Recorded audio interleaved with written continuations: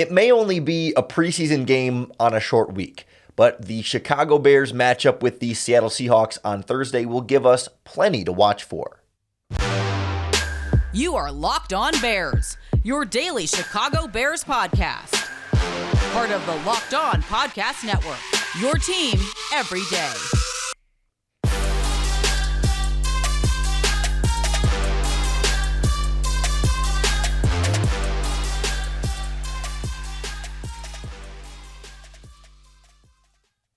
This is Locked On Bears, and I'm your host, Lorin Cox.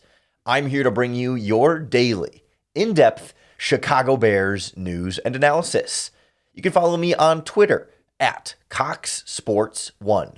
You can follow the podcast on Twitter at Locked On Bears. You can like Locked On Bears on Facebook, join the Locked On Bears Facebook group for even more Bears talk, and make sure you hit that subscribe button on the Locked On Bears YouTube channel to keep up with all of our video podcasts as well. Thanks for making Locked On Bears your first listen today, hopefully every single day. On the show today, we start previewing this Bears-Seahawks preseason game. Not so much about matchups and who's going to win and all that stuff, but more so what's worthwhile keeping an eye on as a Bears fan watching a game that otherwise doesn't have a lot of meaning. That's what we're looking for in here, is some of the more meaning and purpose to tune in and follow along with what's happening on the field.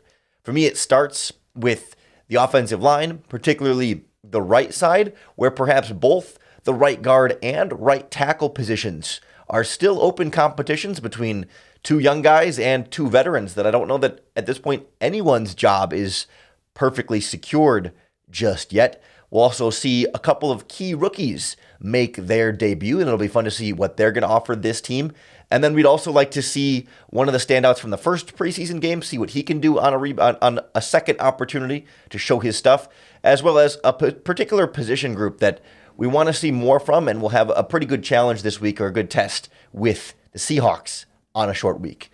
But I think the big story everyone's going to be watching, first, obviously, Justin Fields is always what we're going to be watching, and that's, at this point, I'm going to say it almost goes without saying, and there's a reason I'm not spending a lot of time on it specifically right now, because, yes, we all really want to see what Justin Fields does. We're looking at probably even fewer snaps than he played in the first preseason game, so it's going to be another small sample size for sure, but, we can't put in too much into what he's going to do in this preseason game. We'll be watching it. It'll be important, but everyone knows that. Let's get on to what I think is the other big storyline that everyone will be watching, is the right side of this Bears offensive line, the right tackle and right guard spots. Tevin Jenkins, as we talked on yesterday's podcast, has made more of a formal move inside to right guard, and then at practice on yesterday, he was with the starters at right guard, and it was actually Larry Borom with the starters at right tackle. The Bears not really working Riley Reiff all that hard at this stage in the preseason, but Michael Schofield is still dressed and available to the team, played against the Kansas City Chiefs, and it seems to be, I think both of those spots are fairly open competitions.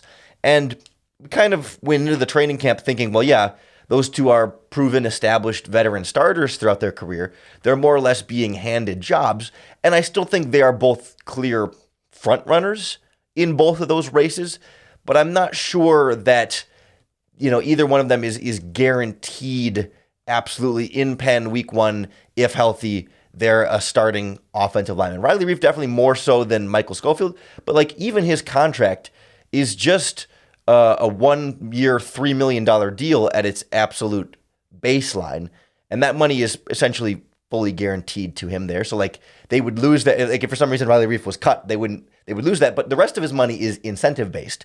So at worst, he could be a $3 million backup if Larry Borom wins that starting competition. And I think that would almost be a best-case scenario if Larry Borom plays so well that he's playing better than what they would want or what they would have thought Riley Reiff was going to give them, and that he's playing so well that Riley Reiff ends up on the bench. That would be a very positive sign for the development of Larry Borom, because Reiff's 34 years old, right? He's not a guy that needs to be practicing all that much, kind of plug and play, not going to be a Pro Bowl caliber guy, but a man who's been very consistent throughout his NFL career, and you kind of know what you're getting with Riley Reiff.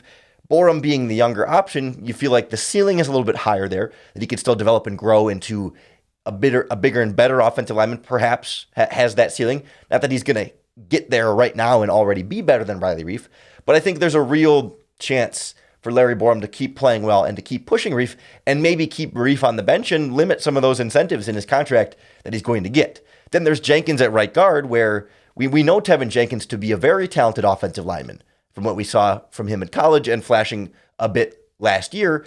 Now he's on to his third position, goes from left tackle to right guard now. Maybe physically right guard can be a little bit easier for him. Mentally, perhaps more of a challenge, but the coaching staff seems to think he's up for the mental challenge at the very least. And we saw Michael Schofield struggle a little bit against the Chiefs. I think there were some Bears fans that thought he was absolutely terrible, and I think that's an exaggeration. We all saw the play that Justin Fields got sacked on, I think on the first drive, where Schofield got beat, but perhaps Justin Fields could have stepped up in the pocket. It was not a good play by Michael Schofield. Schofield definitely got beat, but the difference between that being a sack and an incomplete pass or a scramble sometimes goes on the quarterback. So I think there's a middle ground there where it's quarterback and offensive line relation. In no way was it a good offensive line play, but it wasn't as though Schofield whiffed at the line of scrimmage and then let the guy just go completely free. Like, he did follow him and could have continued blocking around him had Fields been able to step up. I'm not trying to blame Fields fully either. The point being, that's one play of Michael Schofield that sticks out in our head from that first preseason game. And we should keep in mind that he's been a mediocre, but still a starter throughout a lot of his NFL career and was, fine for the the Los Angeles Chargers last season and for a number of seasons throughout his career. He's also played some tackle for the Broncos as well. So, most likely, it still seems like your starters are probably Schofield at right guard and Reiff at right tackle, but I think those are pretty open, and we got to watch closely to see how the right side of the offensive line does against the Seahawks if they can continue to make progress in that competition, because they're likely to play longer than the rest of the regular starters that don't need to be playing out as much. I imagine those two guys in particular will play into the second quarter with the second team until the coaching staff has seen enough and then wants to get other guys, in there to get some reps and not just give them all to Larry Borom and Tevin Jenkins. So right side of the offensive line, along with the obvious of Justin Fields, will be a big thing to keep an eye on. Also eager to see a few players make their debuts in this game that didn't play against Kansas City, but kind of coming back from injury now and going to get a chance to flex what they can do. We'll look at a couple of key rookies and a few other players next on Locked On Bears. Boy, the NFL season is right around the corner. I love it. The feeling's in the air. You can almost taste it.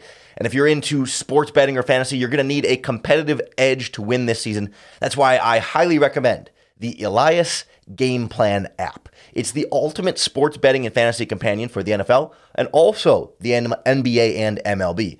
Elias Game Plan is the only sports app from the most trusted name in sports statistics, the Elias Sports Bureau. They're the official statisticians of a bunch of U.S. pro sports leagues, including the NFL. All the NFL official stats go through Elias, and you get them all through the Elias Game Plan app. Their app lets you access team and player stats, head-to-head comparisons, and insights from Elias Sports Bureau's research team. It is a one-stop shop for all of your news, stats, records, and so much more. Take my advice, download the Elias Game Plan app today. With new features available all the time, you can take your game to the next level. The NFL season's right around the corner, so don't wait. Get the Elias Game Plan app in the App Store or Google Play today.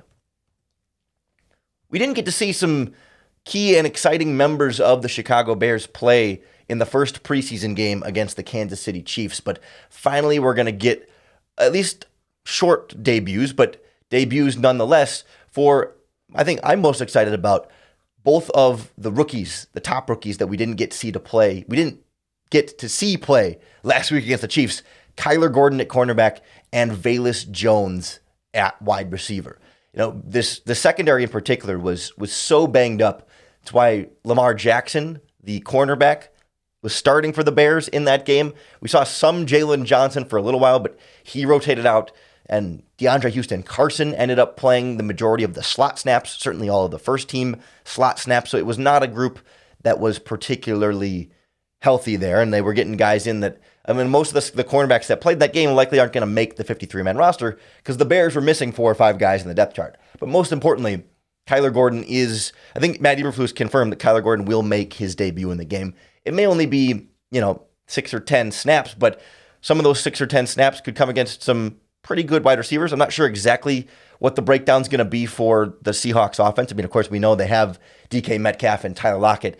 We'll see how much they play, but they're trying to evaluate their quarterback competition. So presumably, you want to give them good opportunities throwing to their number one wide receivers, even if it's just for a little bit. But they have former Bear Marquise Goodwin on their depth chart there. Freddie Swain's been a rotational guy for them. They drafted D. Eskridge in the second round a couple of years ago. So there'll be some competition out there, and I'm curious to see what that looks like with Kyler Gordon getting a chance to show off how much they play him in the slot, how much they play him on the outside, what the rotation then looks like with him, and especially the way Jaquan Brisker seemed to get more and more confident as the game went on and got comfortable in the scheme. And I want to see Kyler Gordon maybe going after some balls in the air as well, showing off some of that physicality as a tackler, and just giving us more of a glimpse of the Bears' first pick in this past draft. Because Brisker has gotten so much of the hype throughout training camp for good reason. Very justified and validated based on everything that we've seen in practice and in preseason games. And so then just by comparison, it's overshadowed Gordon a little bit. And I'm curious to see what this looks like, in a live game action situation. They've thrown a lot on his plate, moving him around between multiple positions and trying to learn the whole defense. Now, and he's also been working on this foot injury for the last week or so, but expected to be ready to go against the Seahawks. Probably not going to play a ton of snaps because you don't want to risk the injury, but let's see what he can do in all aspects of the game. And then it's a very similar thing on offense with Velus Jones, another guy that has been kind of doing a little bit of everything in this Bears offense, and it's a lot to throw at him. And as a result, he's not one of the names that we're necessarily hearing a ton about in terms of highlight plays being the real standout from training camp practices. And when we think about the guys we've heard about at wide receiver at practices, it's been a lot of, Daz Newsome, N'Keal Harry for a little while there before he got hurt. Equanimeous St. Brown has made some big plays at practice. Tajay Sharp, even Dante Pettis. That's not to say that Jones's name has never come up, but there's been injuries and he's been in and out of practice a little bit. And he's a guy that they're throwing them all over in the backfield, in the slot, outside, in motion, that it could be a lot of different roles for a young player to kind of have to learn. And it's more about getting the ball in his hands and letting him make plays after the catch. And in a live game situation like this might be more of a natural way to do that. We're not positive exactly that he's going to play an extended amount of time, but he has been back at practice and presumably going to be ready to go, but he could be more in that 6 to 10 to 15 snaps that the Bears' first team offense might play, and that's about it. So, 1 or 2 touches might not be a whole lot to go by for a guy like Velus Jones, but I think, sometimes with a guy like that, all it takes is 1 or 2 touches. And I want to see, against a real opponent in a real game situation, does he look noticeably faster than everyone else? Does he look elusive? Is he able to, even if he doesn't go off for 25 yards on the play, does he make a guy or two miss, even if it's only for 5 yards or whatever? How does he look with the ball in his hands? How does his route running look? And, they're not going to unveil any sort of crazy, unique packages for him, right? I think it's going to be very stale and vanilla. He's going to line up like a wide receiver and run regular wide receiver routes, and I don't think they're going to force too much in that regard. Maybe he doesn't touch the ball at all. I mean, I think last week, Equanimeous St. Brown didn't get a single target. He got a handoff, but wasn't thrown a pass in that preseason game. So let's keep our expectations reasonable here, but I still want to see kind of what he looks like on the field and see that eye test. Plus, we're also expecting perhaps you could see maybe a David Montgomery or a Cole Kmet, depending on what the coaching staff wants to do. They're both back at practice, so they should be healthy enough to go. It's just a matter of will they even bother playing them or not? I mean, you think you want them out there with Justin Fields a little bit, but we'll see. I mean, you want to evaluate some of these other tight ends on the roster, although they did just release one of them, so maybe that's a sign. But James O'Shaughnessy also back, so maybe you can get some more of him and Ryan Griffin, the veterans, in there and see more of what they can do and see what this tight end depth chart is going to look like. Because those guys are underrated in terms of they're not dynamic pass catching weapons, but they can catch the ball and they can move the chains and be effective movers in the ground game that opens up so much more of this scheme as well. So that'll be fun. Plus, Mario Edwards Jr. back at practice as well. I think he can be an important part of this Bears pass rush. We'll see how much preseason time he's going to get, but I hope to see flashes of him out there. Maybe not Robert Quinn at this point, but more and more of what this pass rush can do. And particularly, that's a position group I'm going to be keeping a close eye on in this Seahawks matchup on Thursday. We'll kind of go into why specifically that group, plus a couple of other standouts from the first game, and I want to see what they do in their second opportunity this week, next on Locked On Bears. With the football season right around the corner, you're running out of time here to get your bets in on what's going to happen to these Chicago Bears. And our friends at betonline.net are going to be the fastest and easiest way to check in on all of your betting needs.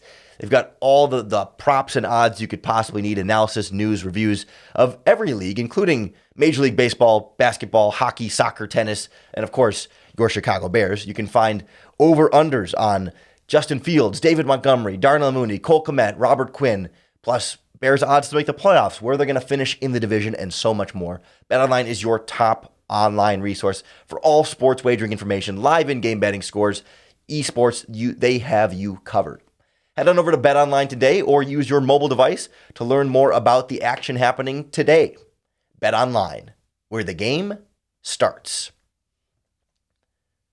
The big winner from the first preseason game that's going to be high on my list of players to keep an eye on.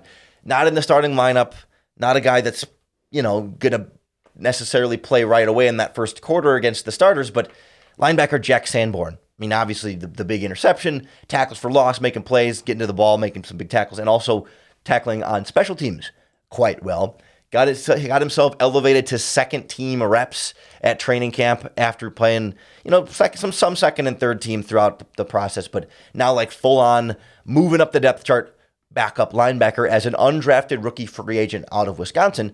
And there's been some calls to maybe even give him some starting reps right now, given the absence of Roquan Smith. You've got Nick Morrow and then Matt Adams and Joe Thomas as guys that are borderline backups next to Nick Morrow, and maybe seeing what Sanborn can do. It's a lot to expect of an undrafted rookie free agent, although Sanborn played in a very pro difficulty level scheme at Wisconsin, coached by Jim Leonard. It's a sort of the Rex Ryan tree of 3-4 inside linebacker, but transitioning to this 4-3 defense. But they asked those linebackers to do a lot and carry a lot of responsibility in that defense, and he was incredibly smart and one of the big leaders in the middle of that group as well. And I'm not super surprised that he's having a good start so far to his preseason. And so let's see how he's able to follow that up. I mean, you can really build off a lot of confidence from those plays in the first game and carry the momentum into this one and really continue to shine and say, this is a guy that needs to be on the 53-man roster and not a guy that you can just get away with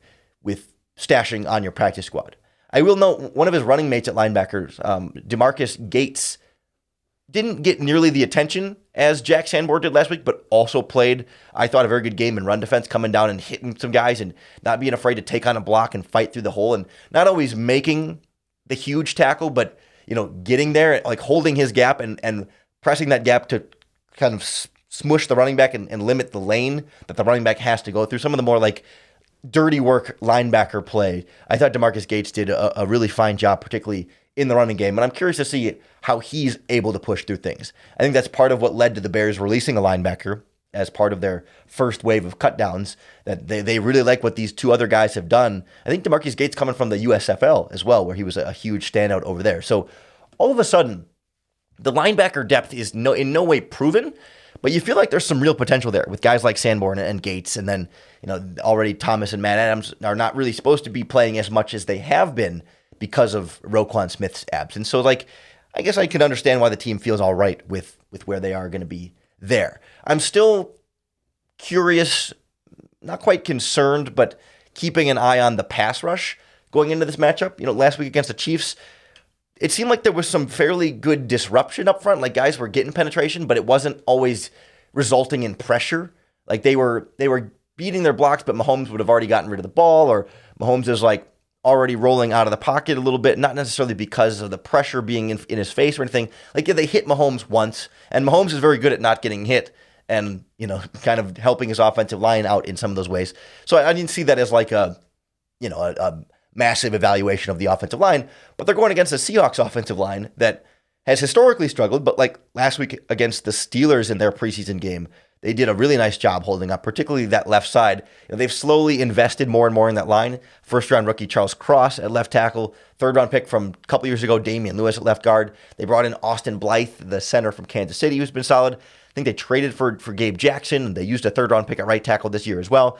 They've slowly built out an improving group on the offensive line. Not that one preseason game or whatever is some evaluation of them as a stud group there, but I want to see how the pass rush goes against a quarterback not named Patrick Mahomes. Can you get after Drew Lock a little bit and disrupt his game? And Geno Smith is rotating in that quarterback competition as well. Another a more mobile option there. Can you keep him in the pocket? Can you limit some of the scrambles that Patrick Mahomes got out of the pocket and broke down the coverage that way a couple of different times, and it found openings in this Bears defense? Overall, I do just want to see this Bears defense maybe come together a little bit more cohesively. First preseason game against a well-oiled machine like the Chiefs offense, they drove down pretty easily and scored. And I'm not worried about it because there's so many injuries and so many different guys in and out of the lineup for the Bears. But it would be nice to sort of see something a little bit more cohesive, right? Eventually, they kind of got it together after a few series and firmed up a little bit. And it very much felt like a new group of guys with a new defense and a new linebacker calling the plays and getting the plays in there and trying to get used to everybody, and little mistakes here and there that weren't terrible, but it just was a little too easy for a really good offense like the Chiefs to march down. The Seahawks offense, in theory, should not be so good. And we should give the Bears defense credit. Last game, they really shut down the Chiefs running game. I mean, they could not get anything going on the ground. And the Seahawks have been able to run the ball decently well behind that offensive line. So I think that'll be another decent measuring stick here this week of this makeshift Bears front seven that still won't have Roquan Smith, probably still won't have Robert Quinn. And so when you're missing your two clearly best players, two Pro Bowl caliber players in your front seven, of course, generally speaking, they're not going to look as good. Plus, when you're missing your top cornerback, well, two of your top three cornerbacks and a lot of your top defensive backs in general, yeah, I wasn't expecting the defense last week to be a stellar top 10 group. But let's see against even a lesser offense than Seattle, if they can start to shore it up just a little bit more, as the guys are going to be a little more comfortable and have some of that experience under their belts heading into this game. But still want to make sure that we don't overreact drastically to anything that we're going to see on the field.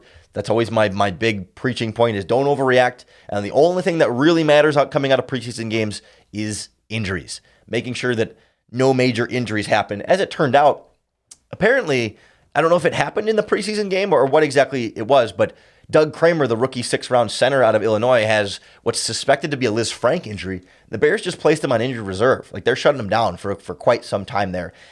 He hasn't practiced since the preseason game, so evidently it must have happened in the preseason game when Dieter Iserland came in place of him, but we just thought that might have been part of the regular rotation, but it kind of missed exactly where that foot injury or lower leg injury was for him. So maybe the end of his season. I think he was probably destined for the practice squad anyway, but tough for the rookie who was getting some extended opportunities. And now 2 injuries at center leave the Bears a little thin there. They did just bring back an offensive lineman who had been with them earlier in the offseason, who I think can fill in some of that spot. And, it just complicates some of the interior offensive line decisions a little bit more. We talked a little bit about how that could shake out as the final 53-man roster on yesterday's podcast. And you can be sure after the Seahawks game, it'll give us another update on where we think this depth chart is and who the winners and losers are that are either fairly locked in or really outside looking in heading into that final preseason game. So I hope you'll come back for our next podcast tomorrow and on Friday after the Seahawks game for even more of your daily Chicago Bears news and analysis. Make sure you hit that subscribe button wherever you're listening to this podcast, or if you're watching it on the Locked On Bears YouTube channel as well. You can always find the video form there. Thanks for making Locked On Bears your first listen today and hopefully every day. If you're looking for your second listen, Locked On Fantasy Football with Vinny Iyer. He's been doing fantasy football for over 20 years, breaking it down for you, giving you the moves that other guys in your league, guys or girls, other people, guys is the pejorative term, other people in your group may or may not have the same access to. So check out Locked On Fantasy Football. Don't forget the Locked On Podcast Network is your team every day. We've got Locked On Bulls, new crew at Locked On Cubs. We just added Locked On Northwestern Wildcats as well in your college sports podcast. So hope you'll check out some of those as well. Come back tomorrow for more Locked On Bears. And more importantly, come back for another opportunity to bear down.